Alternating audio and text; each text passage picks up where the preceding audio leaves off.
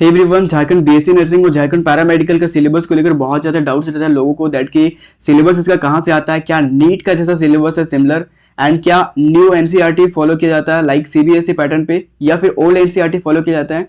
ठीक है, तो ये वीडियो शुरू से लेकर एंड तक देखते रहना। हम लोग यहाँ पर बीएससी नर्सिंग और पैरामेडिकल दोनों के सिलेबस के बारे में डिस्कस करेंगे, इवन 11 और 12 दोनों डिस्कस करेंगे। तो थोड़ा सा वीडियो लॉन्ग ड्यूरेशन का होगा, मेक श्योर पूरा का पूरा देखते रहना। ठीक है, तो आपको पता चल जाएगा कि कहाँ से आपके क्वेश्चन यूजुअली आते हैं।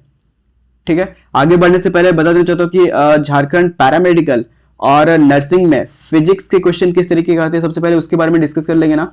तो फिजिक्स के क्वेश्चन जो है ना, पैरामेडिकल में आपको अप्रोक्स 20 क्वेश्चन जो है ना न्यूमेरिकल देखने को मिलेगा, कभी कभी 15, कभी कभी 20 क्वेश्चन आपको न्यूमेरिकल देखने को मिलेगा, जो सिंगल फार्मूला बेस्ड में आपका सॉल्व हो जाएगा। बीएससी नर्सिंग में ऐसा है ना दैट कि 25 से 30 क्वेश्चन आपको जो है न्यूमेरिकल बेस्ड क्वेश्चन मिलेगा, जिसमें से 20 मॉडरेट रहेंगे, मतलब 10 मॉडरेट रहेंगे, 10 इजी रहेंगे, 5 आपको कभी कभी, या फिर 10 आपको मल्टीपल फार्मूला बेस्ड आपको देखने को मिलता है। ठीक है, मतलब कि 2 फार्मूला लगाओगे तो ही बनेगा। तो 5 से 10 क्वेश्चन आपको ना टफ देखने को मिलेगा। ठीक है, और बाकी मॉडरेट एंड इजी क्वेश्चन देखने को मिलेगा न्यूमेरिकल वाले। ठीक है, तो न्यूमेरिकल वाले एंड फिजिक्स का कैसा क्या करना है वो मैं आपके आगे अपकमिंग वीडियोस में बता दूंगा। तो उसके लिए क्या करना, चैनल को मेक श्योर सब्सक्राइब कर लेना। ठीक है, वीडियो को लाइक ना करोगे कोई इशू नहीं है, बट सब्सक्राइब कर लेना, क्योंकि जितने भी मतलब हम लोग अपकमिंग सेशंस में डालेंगे ना तो वो आपको देख पाओगे। ठीक है, केमिस्ट्री फुल्ली एनसीईआरटी बेस्ड रहता है। ठीक है, तो आप सेल्फ स्टडी से इसको प्रिपेयर कर पाओगे। अगर आपके पास एनसीईआरटी है, लाइन टू लाइन पढ़ लेना, 20 क्वेश्चन तो इजीली सॉल्व हो जाएगा। ठीक है, एनसीईआरटी लाइन टू लाइन से। बाकी जो हम लोग पीवाईक्यू और टेस्ट में जो क्वेश्चन डालते हैं वो क्वेश्चन काफी इजी रहेगा। जो टेस्ट में क्वेश्चन इनरोल रहता है ना वो मोस्टली पीवाईक्यू रहते हैं मल्टीपल एग्जाम्स के।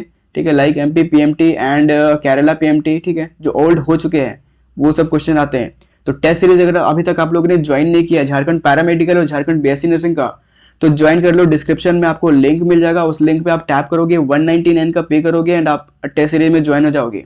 टेस्ट सीरीज में ज्वाइन करने के बाद आपको टेस्ट सीरीज के लिए ऐप मिल जाएगा, ऐप में आप टेस्ट सीरीज को अटेम्प्ट कर पाओगे एंड पैरामेडिकल और बीएससी नर्सिंग का पीवाईक्यू भी मिल जाएगा। ठीक है, पीवाईक्यू कहीं भी अवेलेबल नहीं इंटरनेट पे, तो बीएससी नर्सिंग वालों के लिए 5 ईयर का प्रीवियस ईयर क्वेश्चन स्टॉक में है एंड पैरामेडिकल वालों के लिए 7 ईयर का पीवाईक्यू स्टॉक में है।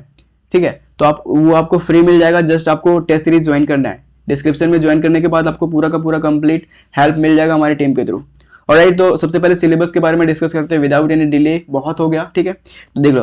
हाँ, टेस्ट सीरीज ज्वाइन करना मत भूलना, that is really very important. Agriculture वालों के लिए भी है एंड एग्रीकल्चर वालों से पूछ लेना दैट की टेस्ट सीरीज कितना इंपॉर्टेंट रहा था। ठीक है, हम लोगों ने पूरा का पूरा 11 एंड 12 पोर्शन करवाया था and yes that's really great for them. और 11 के क्वेश्चन भी आ रखे थे। ठीक है, तो 11 सबसे पहले आपको कंप्लीट करना है। ठीक है, तो सबसे पहले बायोलॉजी का सिलेबस हम लोग यहाँ पर देख लेते हैं। ठीक है, तो बायोलॉजी में आपको सबसे पहले living world, biological classification, living world, biological classification and animal kingdom, plant kingdom, morphology of flowering plant, anatomy of flowering plant, structural organisation animal. इस चैप्टर से आप ना बस कॉकरोच और अर्थवर्म कर लेना। ठीक है, दैट्स रियली हेल्पफुल। ठीक है, और मैं क्वेश्चन भी कराऊंगा तो वो भी आप देख लेना, आपका ये नर्सिंग और पैरामेडिकल का एंट्रेंस एग्जाम क्लियर हो जाएगा। Cell the unit of life, यहाँ से क्वेश्चन आएंगे। ठीक है, 2 चैप्टर्स है इसमें, बट मैंने यहाँ पर एक ही डाला है, दैट इज रियली इंपॉर्टेंट। ठीक है, biomolecules, photosynthesis in higher plant. ठीक है, तो यहाँ पर अप्रोक्स 10 चैप्टर है बायोलॉजी में, तो ये 10 चैप्टर्स काफ़ी इंपॉर्टेंट है। बाकी के जितने भी चैप्टर्स या फिर यूनिट्स बच रखे हैं 4 और 5 यूनिट्स, वो आपको कर लेने हैं। ठीक है, क्योंकि वहाँ से भी क्वेश्चन आते हैं, बट 1% चांसेस रहेगा। जो 90% क्वेश्चन बनेंगे ना नर्सिंग और पैरामेडिकल में, वो इस चैप्टर से बनेंगे। ठीक है, तो मेक श्योर आपको ये कंफर्म हो लेना है। एंड अगर आपका ये रिवाइज है तो आप इसके एमसीक्यू प्रैक्टिस करिए मल्टीपल प्लेटफॉर्म से, या फिर हमारा टेस्ट सीरीज से, या तो फिर आप अपने मॉड्यूल से, जो भी आपके पास है। ऑलराइट, फिजिक्स का यहाँ पर देख लेते हैं ना, तो फिजिक्स में unit and measurement, laws of motion, work power and energy and gravitation, kinetic theory of gases, thermal properties of matter, oscillations, waves and thermodynamics.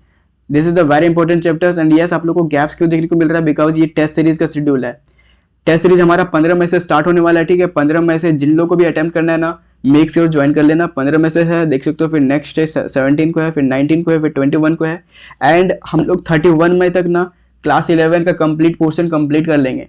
ठीक है, तो रियली वेरी इंपॉर्टेंट रहेगा ये। फिर केमिस्ट्री को और मूव करते हैं, तो some basic concept of chemistry, classification of elements, chemical thermodynamics, hydrocarbon, structure of atoms, chemical bonding and molecular structure. इसमें आप सारे चैप्टर्स कर लेना, अगर आप हाइड्रोकार्बन नहीं भी करोगे तो चलेगा, ठीक है। तो सारे के सारे यहाँ पर केमिस्ट्री के क्लास 11 के मैंने यहाँ डाल रखे हैं, ठीक है। और जो भी इंपॉर्टेंट रहेगा वो हम लोग टेस्ट में इंक्लूड कर लेंगे, ठीक है।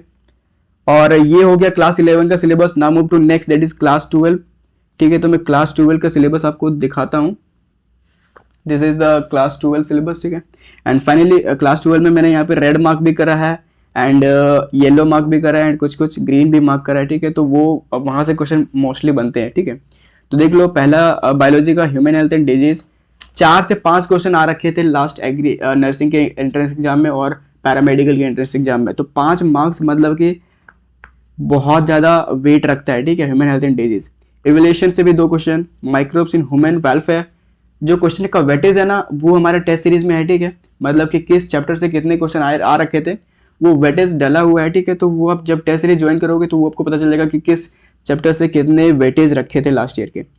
माइक्रोब्स इन ह्यूमन वेलफेयर, ये बेसिकली एनसीईआरटी में नहीं है बट एग्रीकल्चर में इस बार आ रखा था, तो दैट्स वाई मैंने ये इंक्लूड करा।